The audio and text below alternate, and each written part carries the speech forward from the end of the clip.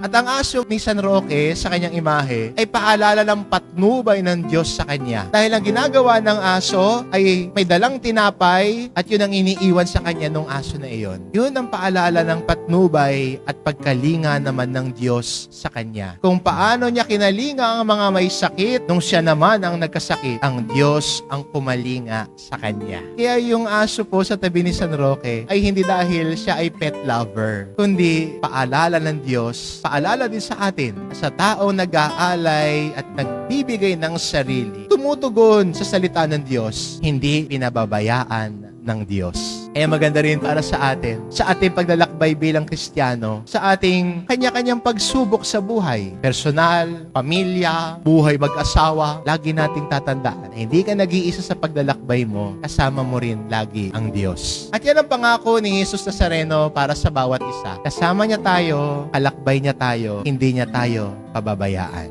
Amen.